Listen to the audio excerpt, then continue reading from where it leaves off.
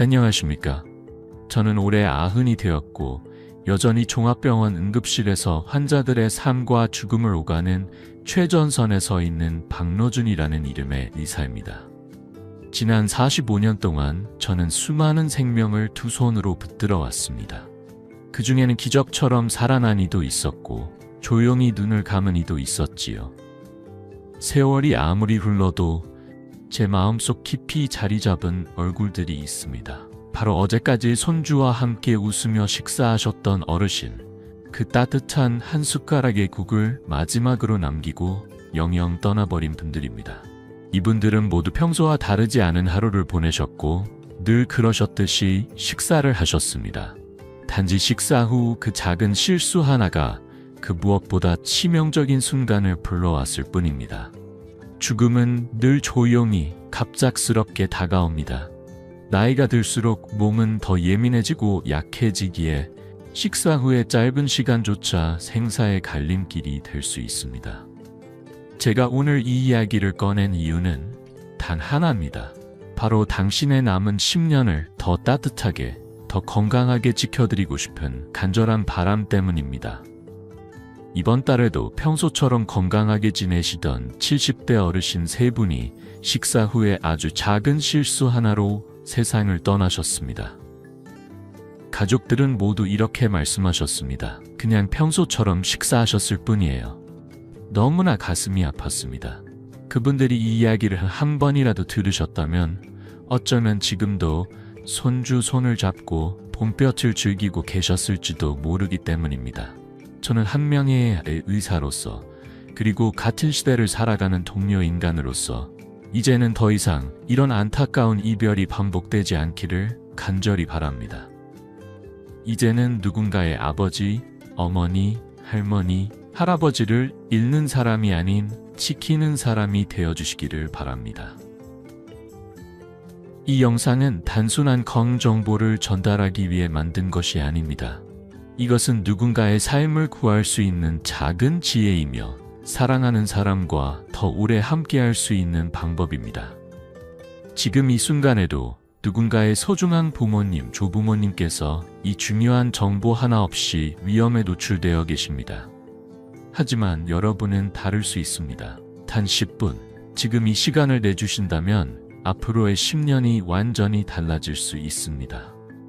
그리고 이 영상의 마지막까지 함께 해주신다면 또 다른 생명을 지킬 수 있는 누군가의 희망이 되어주실 수 있습니다. 노년의 건강은 운명이나 행운의 문제가 아닙니다. 그것은 오늘 우리가 배우고 선택하는 작은 실천에서 비롯되는 결과입니다. 이 소중한 정보를 기억해 주세요. 그리고 혼자만 알고 계시지 말고 당신 곁에 있는 소중한 분들과 함께 나누어 주세요. 그 10분이 당신 혹은 당신이 사랑하는 누군가의 마지막 10년을 전혀 다른 길로 이끌어 줄 수 있습니다. 그리고 여러분이 이 사실을 알게 되었다면 그것은 또 다른 생명을 지킬 수 있는 힘이 여러분 안에 생겼다는 뜻입니다. 좋아요와 구독은 단순한 클릭이 아닙니다. 그것은 이 중요한 정보를 더 많은 어르신께 전해드릴 수 있는 다리가 됩니다. 노후의 건강 정보는 결코 단순한 정보가 아닙니다. 그것은 삶과 죽음을 가르는 지혜이자 한 사람의 일상을 지켜주는 사랑의 방식입니다. 부디 여러분 주변의 어르신들과 이 정보를 꼭 공유해 주세요. 오늘도 미소 짓고 내일도 천천히 걸어가실 수 있도록 그 평범한 하루를 지켜드리는 일, 그것이 바로 우리가 지금 할 수 있는 가장 따뜻한 사랑입니다. 살아오며 수많은 생명의 마지막을 지켜보았고 또 수없이 많은 손을 붙잡고 생의 끝자락에서 함께 싸워왔습니다. 덕분에 감사의 인사를 참 많이 들었지요. 하지만 제 가슴 깊숙한 곳에 아직도 선명히 남아있는 건 끝내 손끝에서 흘러나간 생명들, 아무리 애써도 되돌릴 수 없었던 그 얼굴들입니다. 그분들은 모두 그저 평범한 하루를 살아가고 계셨습니다. 어제까지만 해도 자녀들과 웃으며 식사를 나누셨고 손주들의 제잘거림을 들으며 평화로운 시간을 보내셨던 분들이었습니다. 그런데 단 하나의 행동, 단 한순간의 선택이 모든 것을 무너뜨렸습니다. 식사 후의 짧은 방심이 그들을 다시는 가족의 품으로 돌려보내지 못하게 만들었습니다. 지금도 생생하게 떠오르는 하루가 있습니다. 명절 연휴가 막 끝난 이른 아침이었고 응급실 앞에는 구급차가 연이어 도착했습니다. 차에서 내린 분들은 모두 고령의 어르신들이었고 공통된 특이점이 있었습니다. 세 분 모두 식사를 마친 직후 아무렇지 않게 여겨지는 행동 하나를 하셨고 그 뒤로 갑자기 의식을 잃고 쓰러지신 것입니다. 첫 번째는 할머니였습니다. 점심을 드시고 기분 좋게 욕실에 들어가 따뜻한 물에 몸을 담그셨다가 그 자리에서 의식을 잃고 쓰러지셨습니다. 두 번째는 할아버지였습니다. 식사를 마치고 소파에 기대어 TV를 보시던 중 갑자기 호흡이 멈추며 쓰러지셨습니다. 세 번째 어르신은 식사 후 바로 등산을 나가셨습니다. 산 중턱에서 심장이 멎어 그 자리에 쓰러지셨고 다시는 눈을 뜨지 못하셨습니다. 저는 온 힘을 다해 심폐소생술을 시도했습니다. 의료진들은 분주히 움직이며 마지막 희망을 붙들고 최선을 다했습니다. 하지만 결과는 모두 같았습니다. 세 분 모두 다시 깨어나지 못했습니다. 가족들은 망연자실해 있었습니다. 말없이 눈물을 훔치던 아들, 흐느끼며 말문을 잇지 못하던 며느리, 그리고 울먹이며 말하는 어린 손주의 목소리는 제 가슴에 깊게 박혔습니다. 할아버지랑 어제 같이 밥 먹고 놀았는데요. 그날 밤 저는 퇴근을 하지 못한 채 병원역 공원 벤치에 조용히 앉아 있었습니다. 가을의 찬 기운이 코끝을 스쳤지만 머릿속은 오직 하나의 질문으로 가득했습니다. 이분들은 왜 평소와 다를 것 없는 하루 속에서 이렇게 갑자기 쓰러지신 걸까? 그날 밤 긴 사색 끝에 저는 결국 하나의 해답에 닿았습니다. 아무도 그 누구도 이 위험한 진실을 제대로 알려주지 않았다는 것입니다. 밥을 먹고 바로 눕는 것이 얼마나 위험한지, 식후에 따뜻한 욕탕에 몸을 담그는 것이 어르신에게 어떤 충격을 주는지, 식사 직후의 과도한 운동이 심장에 어떤 부담을 주는지 그 누구도 정확히 말해주지 않았고 들려주지 않았습니다. 저조차도 진료실에서 바쁘다는 이유로 이 치명적인 위험을 충분히 강조해드리지 못한 적이 많았습니다. 그게 늘 마음에 걸렸습니다. 그래서 오늘 저는 의사로서가 아니라 한 인간으로서 직접 말하고자 합니다. 이건 단순한 건강상식이 아닙니다. 제가 45년이라는 세월을 응급실에서 눈물과 후회 속에서 체득한 산과 죽음을 가르는 지혜입니다. 어쩌면 이렇게 생각하실지도 모르겠습니다. 식사 후에 좀 눕는 게 뭐 어때서? 목욕은 몸을 풀어주는 거니까 오히려 좋은 거 아닌가요? 운동은 무조건 많이 할수록 좋은 거 아니에요? 하지만 이것은 아주 위험한 오해입니다. 특히 나이가 들수록, 그리고 고혈압이나 당뇨, 심혈관 질환처럼 만성 질환을 가지고 있다면 식사 후에 단 하나의 행동이 생명까지 위협할 수 있다는 걸 알아야 합니다. 저는 그 무수한 순간들을 지켜봤습니다. 별다를 것 없던 평범한 하루가 저녁이 되자 응급실에서 이별의 무대로 바뀌는 장면을요. 그곳에서 눈을 감은 수많은 어르신들. 아직도 그 모습들이 제 눈앞에서 아른거립니다. 그분들의 마지막 표정, 가족들의 절규, 그리고 남겨진 후회의 공백. 그래서 저는 오늘 식사 후 절대 하지 말아야 할 3가지 행동, 그리고 꼭 실천해야 할 습관들에 대해 말씀드리고자 합니다. 지금 제가 나누려는 이야기는 단순한 조언이 아닙니다. 그저 영상 하나를 보며 지나칠 수 있는 정보가 아니라 누군가의 남은 생을 지키고 사랑하는 사람 곁에 하루라도 더 오래 머무를 수 있는 길잡이입니다. 부디 이 이야기를 귀담아 들어주시기를 바랍니다. 그리고 당신의 부모님, 조부모님, 사랑하는 어르신들과 함께 나누어 주세요. 하루의 마지막을 웃음으로 채우고 다음날 아침을 다시 맞이할 수 있는 그 소중한 일상을 우리 모두가 함께 지켜야 하니까요. 여러분께 꼭 들려드리고 싶은 이야기가 있습니다. 이 이야기를 듣는 것만으로도 앞으로 여러분의 삶이 달라질 수 있습니다. 아니, 더 정확히 말하자면 여러분이 가장 사랑하는 가족의 생명을 지킬 수 있는 결정적인 순간이 될지도 모릅니다. 식사 후에 단 30분. 언뜻 보면 그저 평범하고 짧은 시간이지만 사실은 인생의 10년을 지켜낼 수 있는 황금의 창입니다. 우리가 식사를 하면 소화작용을 위해 몸속의 혈액이 대부분 위장으로 몰리게 됩니다. 그런데 이때 잘못된 행동 하나가 심장과 뇌에 공급되어야 할 혈류를 방해하고 그 결과로 아주 위험한 상황이 벌어질 수 있습니다. 식사 후 30분은 결코 우습게 보아 넘길 수 있는 시간이 아닙니다. 저는 이 짧은 30분의 소홀함 때문에 눈물 짓는 가족들을 너무 많이 보았습니다. 그래서 지금 이 순간 화면 너머에서 제 이야기를 듣고 계신 여러분께 진심으로 간청드립니다. 부디 오늘부터 식사 후의 습관을 바꿔보세요. 단지 몇 가지 행동만 조심해도 여러분의 몸은 훨씬 더 건강하고 오래도록 안정된 생명을 이어갈 수 있습니다. 응급실에서 제가 가장 자주 듣는 말 중 하나는 이렇습니다. 선생님, 그냥 밥 먹고 좀 누웠을 뿐인데요. 정말로 딱 그것뿐이었다고 하십니다. 하지만 그 단순한 누움이 어느 순간 갑작스러운 호흡 곤란과 심한 가슴 통증으로 이어지고 급기야 구급차에 실려오게 되는 현실을 저는 수도 없이 목격해왔습니다. 많은 분들이 설마 그것 때문에 라며 가볍게 넘기지만 그 설마가 때로는 산과 죽음의 경계를 갈라놓습니다. 하나의 예를 들어드리겠습니다. 작년 가을이었습니다. 69세의 최순자 할머니께서 갑작스러운 호흡 곤란 증세로 응급실에 실려오셨습니다. 평소에도 건강하고 활발하게 지내시던 분이셨고 특별히 이상이 있던 분도 아니었습니다.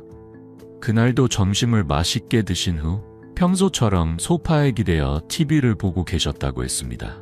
그런데 식사 후 10분쯤 지났을까요? 갑자기 가슴이 조이고 숨이 막히기 시작했으며 심한 답답함에 가족들이 급히 119에 신고했고 병원으로 실려온 것입니다. 정밀검사 결과는 충격 그 자체였습니다. 위에 남아있던 음식물과 위산이 식도를 타고 역류해 결국 기도로 들어간 것이었습니다. 이로 인해 폐에 염증이 생겼고 위산성 폐렴이라는 심각한 진단을 받게 된 것이었습니다.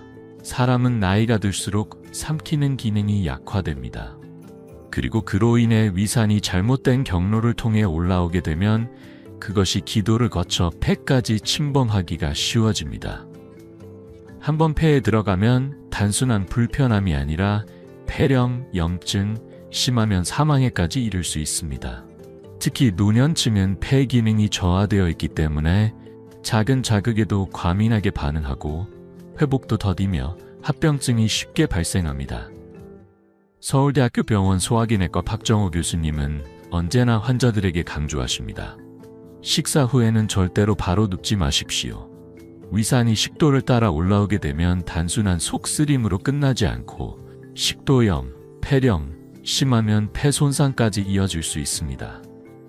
저 역시 젊은 시절에는 밥을 먹고 바로 누워 낮잠을 자는 일이 많았습니다. 하지만 의사가 된 이후 수많은 사례를 접하면서 뼛속 깊이 깨닫게 되었습니다. 식사 후에 그 작은 행동이 나이 들수록 얼마나 위험한 결과로 이어질 수 있는지를요. 위산은 단순한 소화액이 아닙니다. 강한 산성을 띠는 이 액체는 식도와 기도를 자극하고 상처를 내며 시간이 지날수록 우리 몸을 내부에서부터 파괴할 수 있는 파괴력을 지니고 있습니다. 한 번의 자극이 끝이 아니라 반복될수록 그 손상은 누적되어 어느 날 갑작스럽게 치명적인 결과를 불러올 수 있습니다. 식사 후의 습관은 단순한 선택이 아닙니다.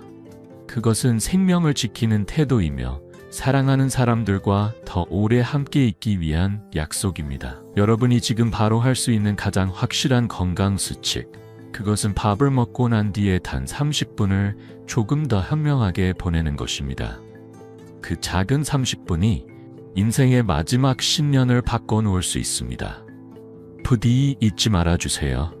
반복되는 위산의 역류는 단순한 쓰림을 넘어서 식도벽을 자극해 만성 염증을 유발하고 그 염증이 지속되면 결국엔 출혈이나 심하면 식도암까지 이어질 수 있다는 사실 알고 계셨나요? 특히 우리가 간과하기 쉬운 것은 누운 자세에서 음식물이 중력의 도움 없이 오히려 위로 치솟기 쉽다는 점입니다. 이때 위산이 식도를 타고 올라오며 신체 곳곳에 위협을 가하게 됩니다. 많은 어르신들이 나는 그냥 살짝 기대었을 뿐인데요 라고 하십니다. 그러나 그 살짝이라는 자세가 오히려 폐에는 무거운 부담이 됩니다. 비스듬히 누운 자세, 소파의 절반쯤 기댄 형태조차도 폐 하부에 산소가 제대로 전달되지 않아 폐렴의 발병률을 3배 이상 높인다는 연구 결과까지 있습니다. 특히 호흡이 예민하고 약해지는 노년기에 이 현상은 더욱 치명적입니다. 실제로 제가 진료했던 환자 중 한 분인 김영자 할머니는 식사 후 항상 소파에 누워 텔레비전을 시청하시곤 했습니다. 평소 건강에 큰 문제가 없던 72세의 그분이었지만 한 달 사이에 폐렴으로 무려 3차례나 입원하셨습니다. 원인을 찾기 위해 생활 습관을 면밀히 살폈고 결국 식사 후의 휴식 자세가 주요 원인이었다는 결론에 도달하게 되었습니다. 그래서 제가 권해드리는 해결책은 아주 단순합니다. 식사 후 최소 30분간은 정자세로 앉아 계시는 것입니다. 등은 의자에 살짝 기대되되 몸 전체가 뒤로 눕지 않도록 유지하고 허리는 곧게 펴는 것이 중요합니다. 이 자세는 위산의 역류를 예방해줄 뿐 아니라 소화 기능도 한층 더 원활하게 만들어줍니다. 예전 제 진료실을 자주 찾으셨던 이순자 할머니가 떠오릅니다. 75세의 그분은 오랫동안 만성위염과 소화불량으로 고생하시며 약을 지속적으로 복용 중이셨지요. 그러다 한동안 모습을 보이지 않으셔서 걱정이 되었는데 어느 날 다시 오셨을 때 이렇게 말씀하셨습니다. 선생님 말씀대로 식사 후엔 꼭 똑바로 앉으려고 노력했어요. 그랬더니 약을 먹지 않아도 속이 한결 편안해졌답니다. 그 말을 들었을 때 저는 말로 표현할 수 없는 기쁨을 느꼈습니다. 이처럼 작은 습관 하나가 때로는 약보다 더 강력한 효과를 발휘할 수 있습니다. 위산 역류는 줄고 소화는 나아지고 폐에 가해지는 부담은 현저히 줄어듭니다. 혹시 지금도 식사를 마친 직후 곧바로 눕는 습관을 갖고 계신가요? 그렇다면 오늘부터는 반드시 바꿔보시길 바랍니다.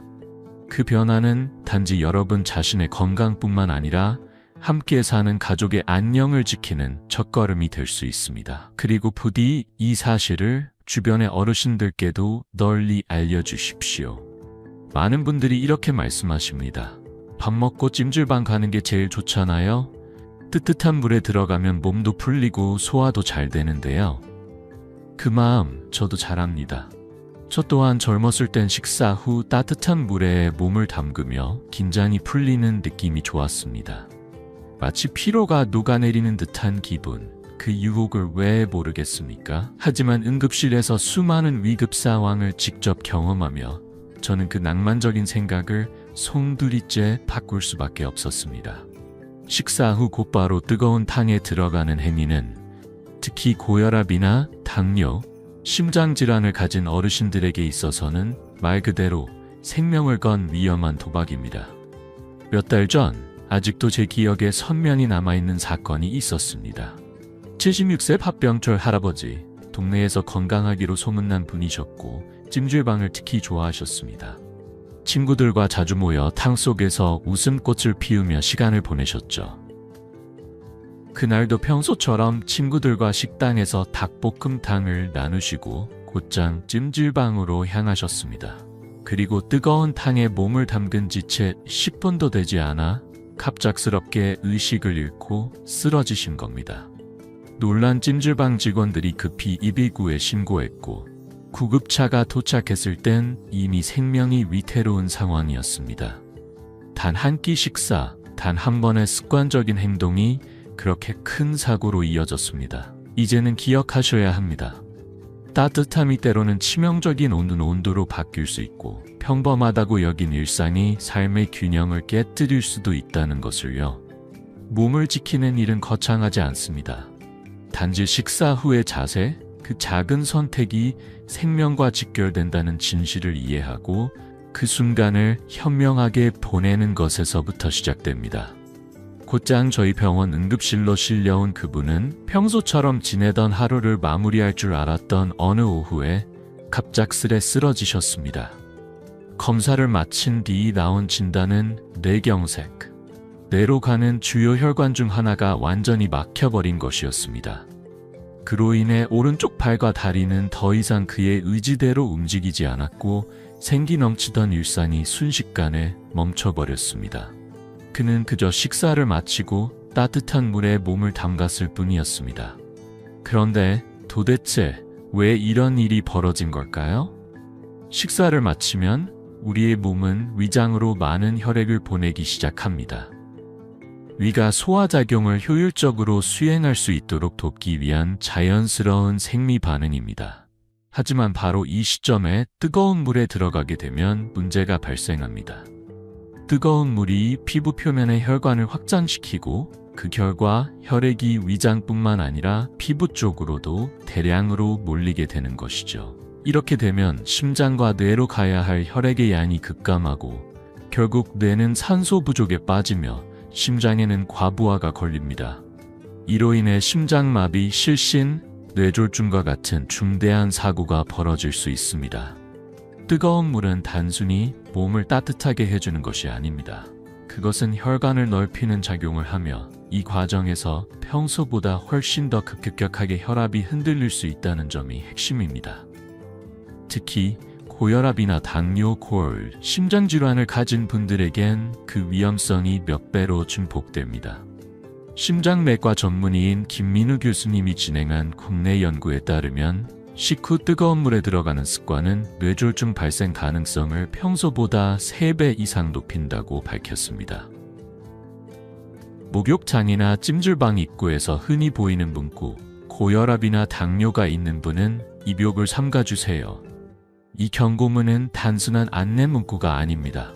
실제로 수많은 사고가 일어난 결과 수많은 생명을 지켜내기 위한 절박한 외침인 것입니다. 그렇다면 여름은 안전할까요? 그렇지 않습니다.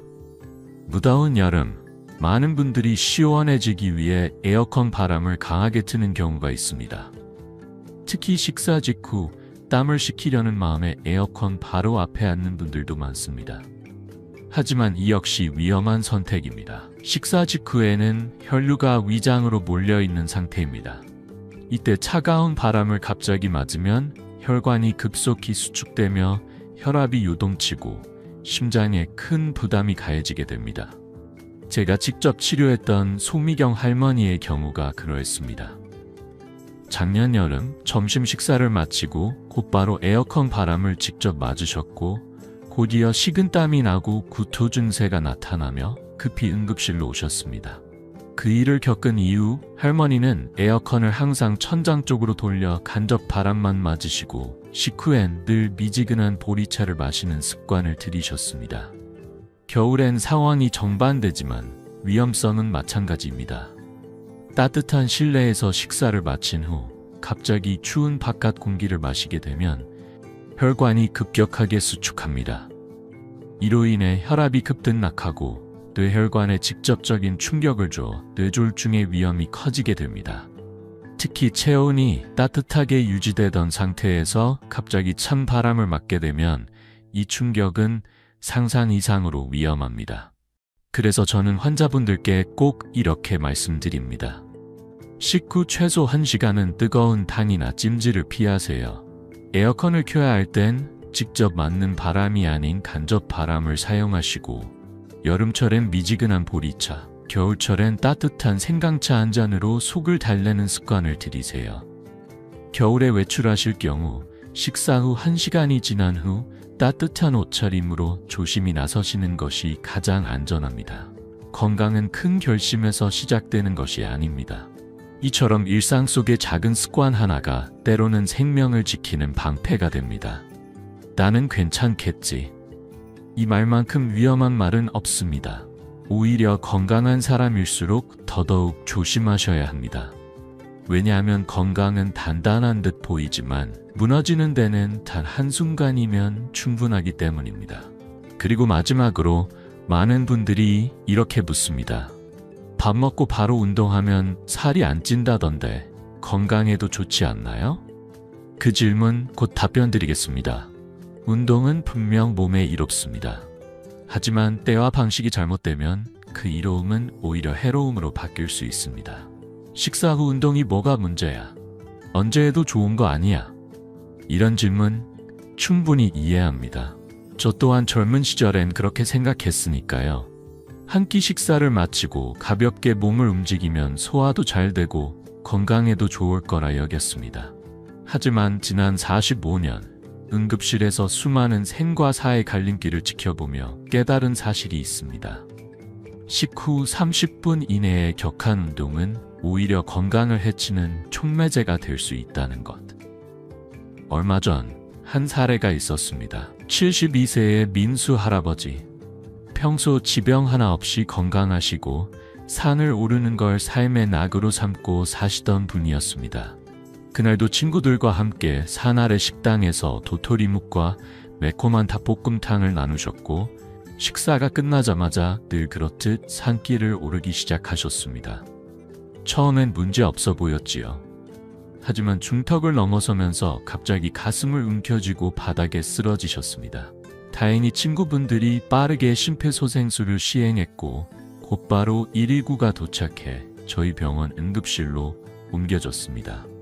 생명은 간신히 건지셨지만 심장에는 큰 손상이 남아 결국 시술이 불가피한 상태가 되었죠.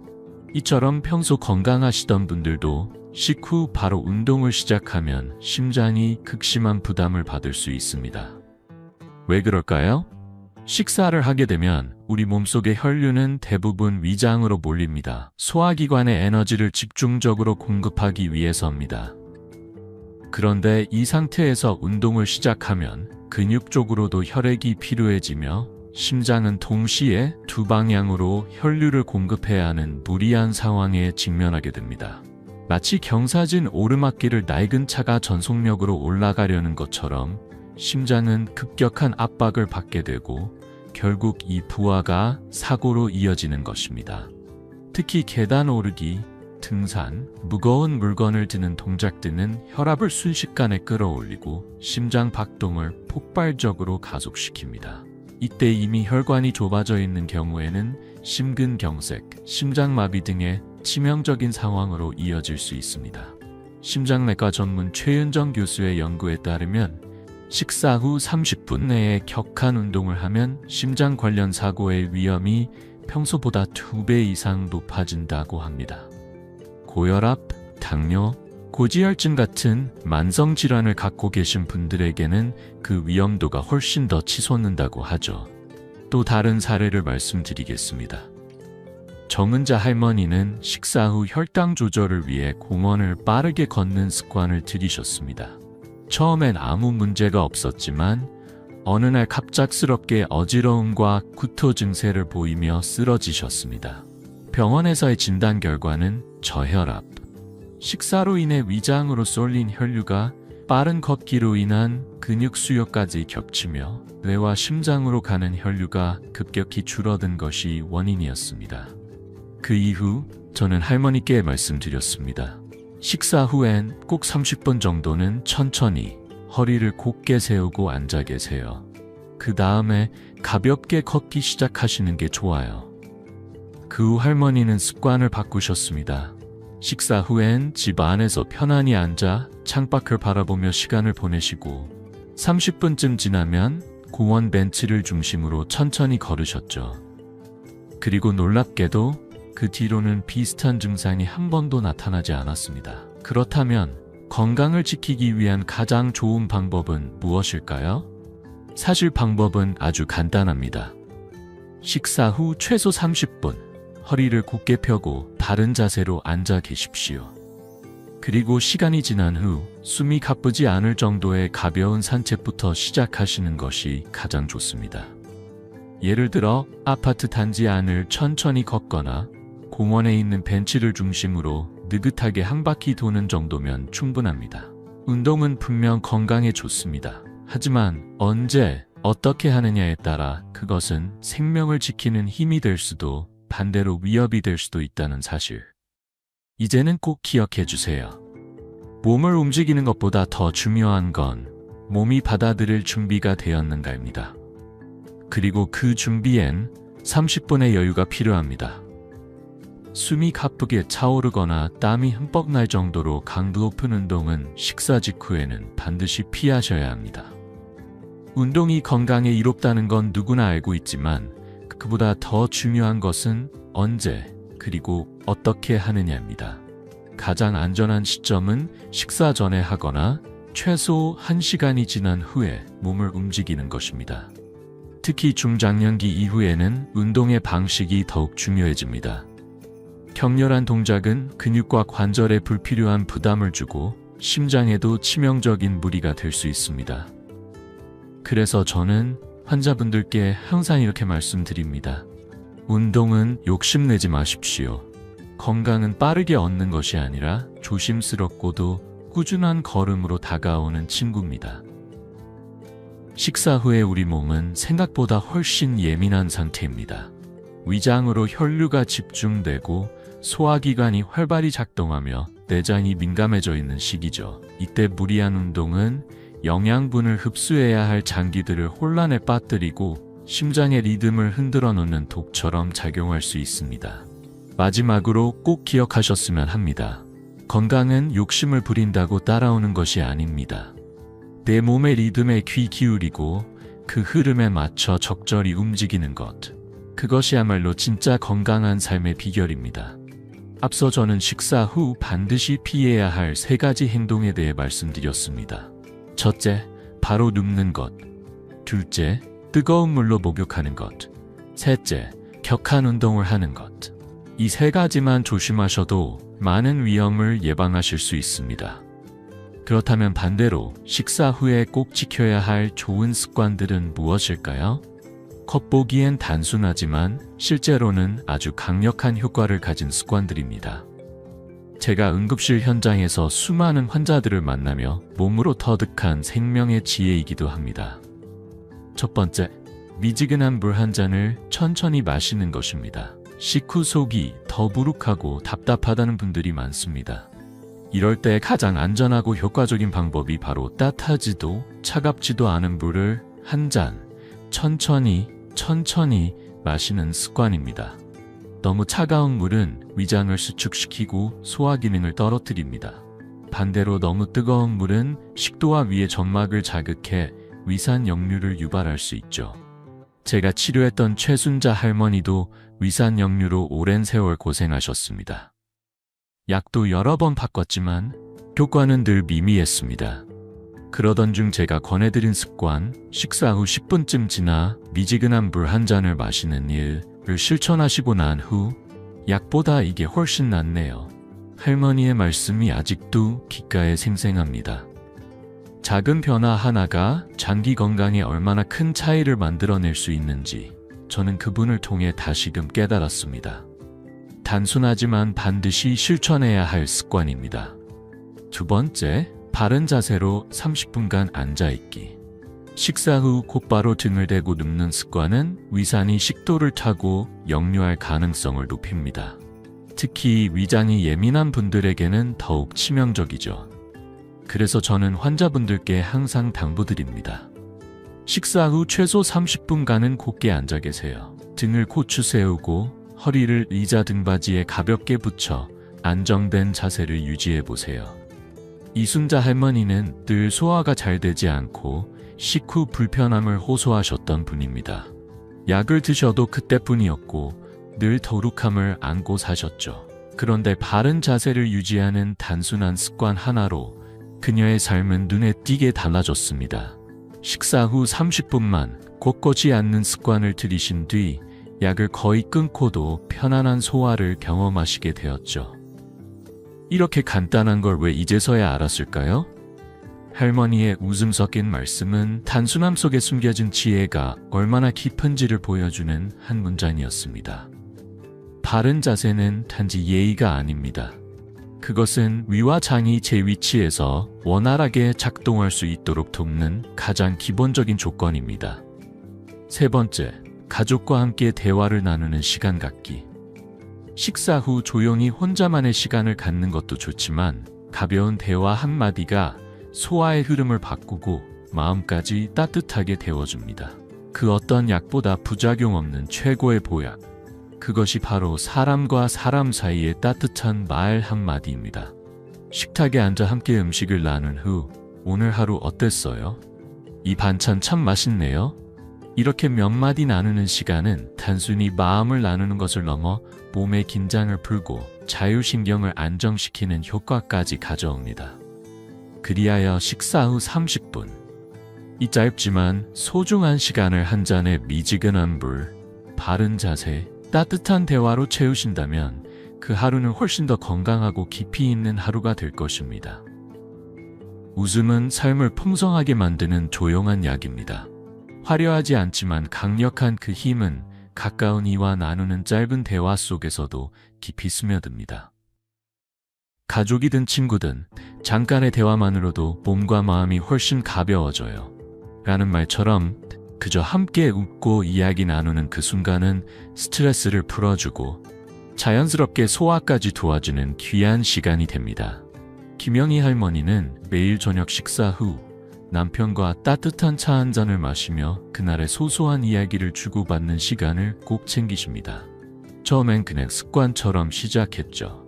그런데 어느 날부터인가 남편과의 사이도 더 좋아지고 건강도 눈에 띄게 좋아졌어요. 그렇게 말씀하시며 따뜻한 미소를 지으십니다.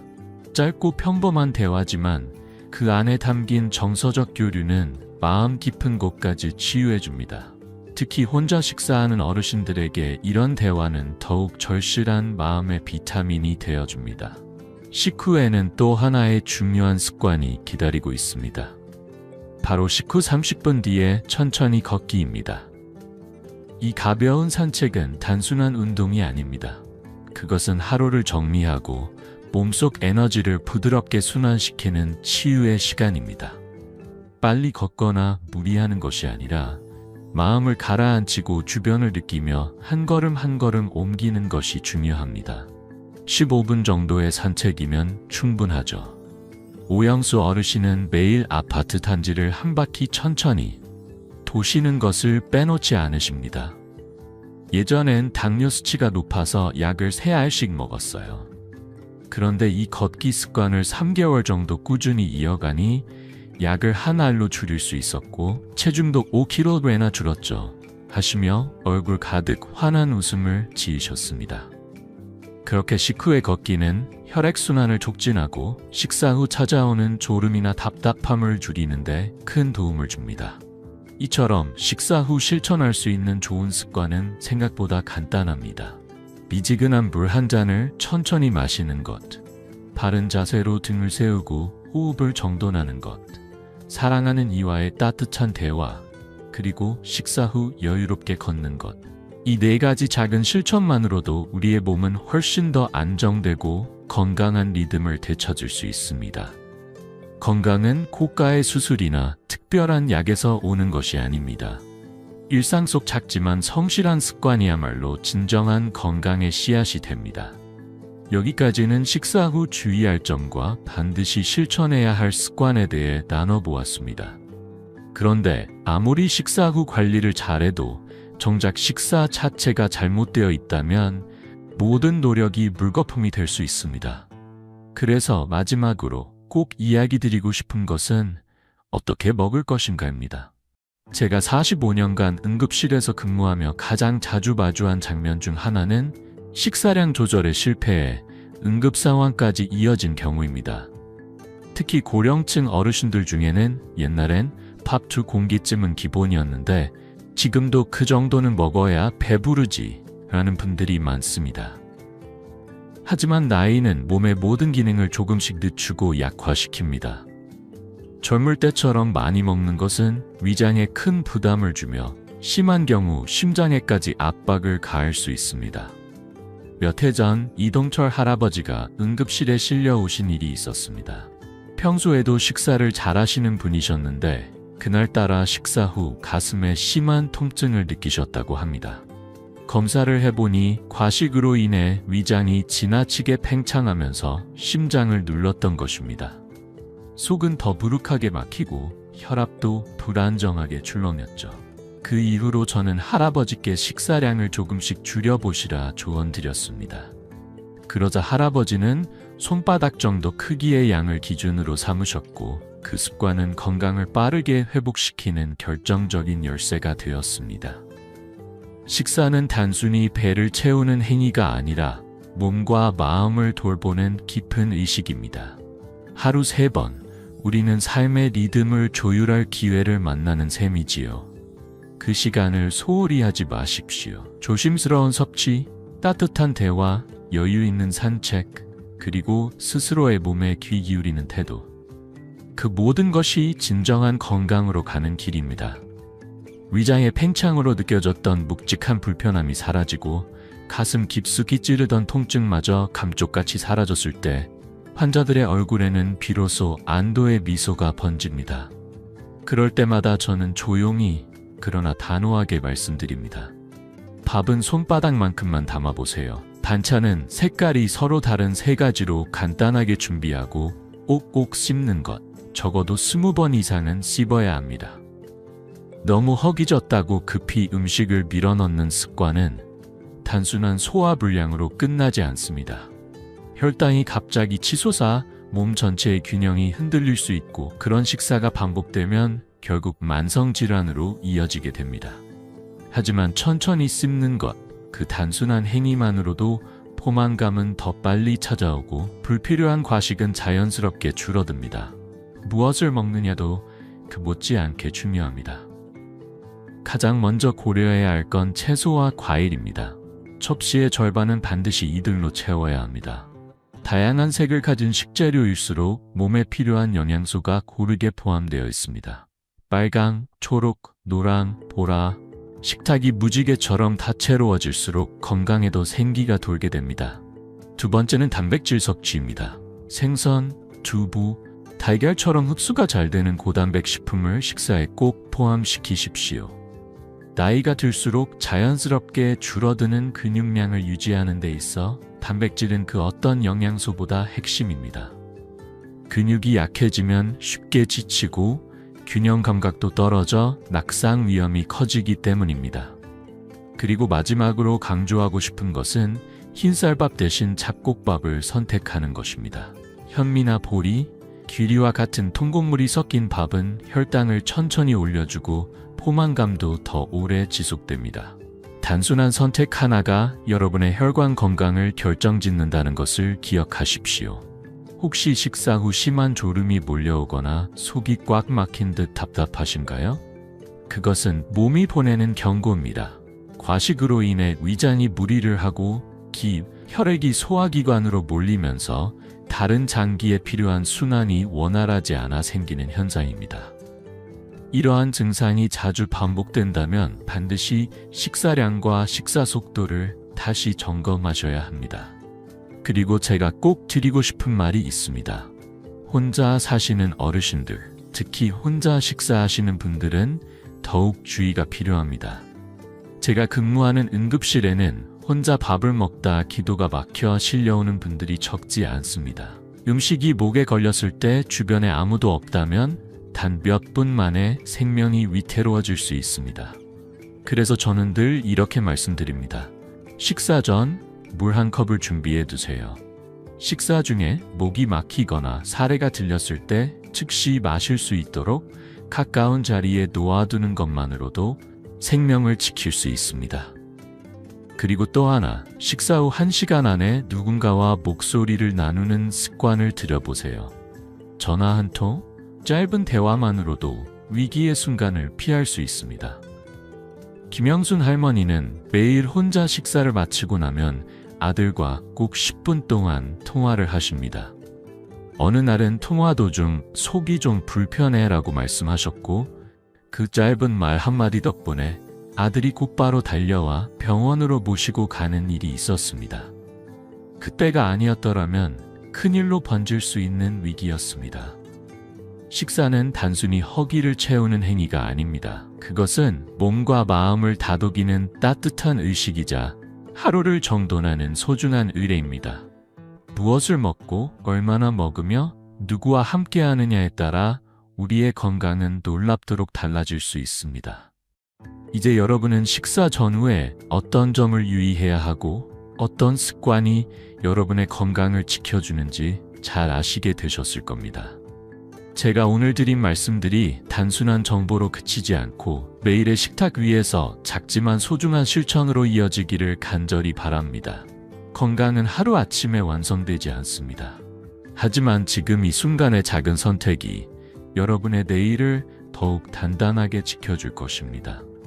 이제 여러분 차례입니다. 지금 이 순간부터 식사 습관을 돌아보시고 작더라도 단 하나만 바꿔보세요. 저는 언제나 응급실이 아닌 건강한 일상 속에서 다시 만나 뵙기를 진심으로 기원합니다. 고맙습니다. 의사 박노준 드림.